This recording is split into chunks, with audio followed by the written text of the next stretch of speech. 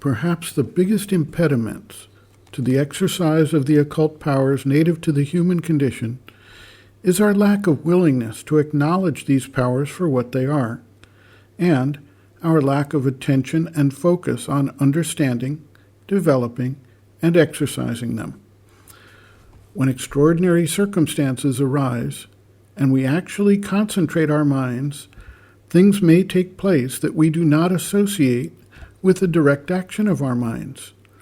Perhaps they occur out of sequence with our action, or at a distant place, or in an unexpected manner.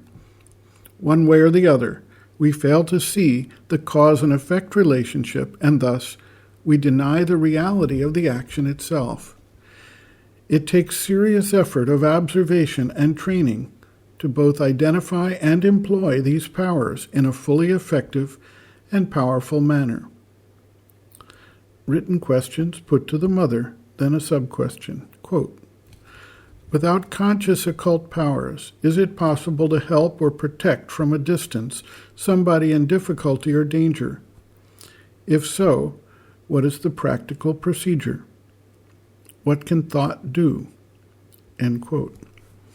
The mother responds, quote, we are not going to speak of occult processes at all, although to tell the truth, everything that happens in the invisible world is occult by definition. But still, practically, there are two processes which do not exclude but complete each other, but which may be used separately according to one's preference. It is obvious that thought forms a part of one of the methods, quite an important part.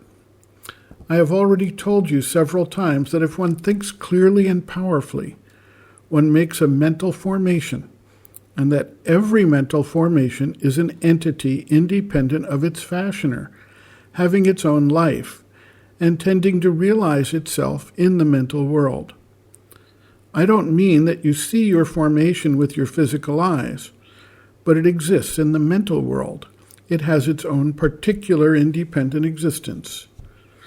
If you have made a formation with a definite aim, its whole life will tend to the realization of this aim. Therefore, if you want to help someone at a distance, you have only to formulate very clearly, very precisely and strongly, the kind of help you want to give and the result you wish to obtain. That will have its effect.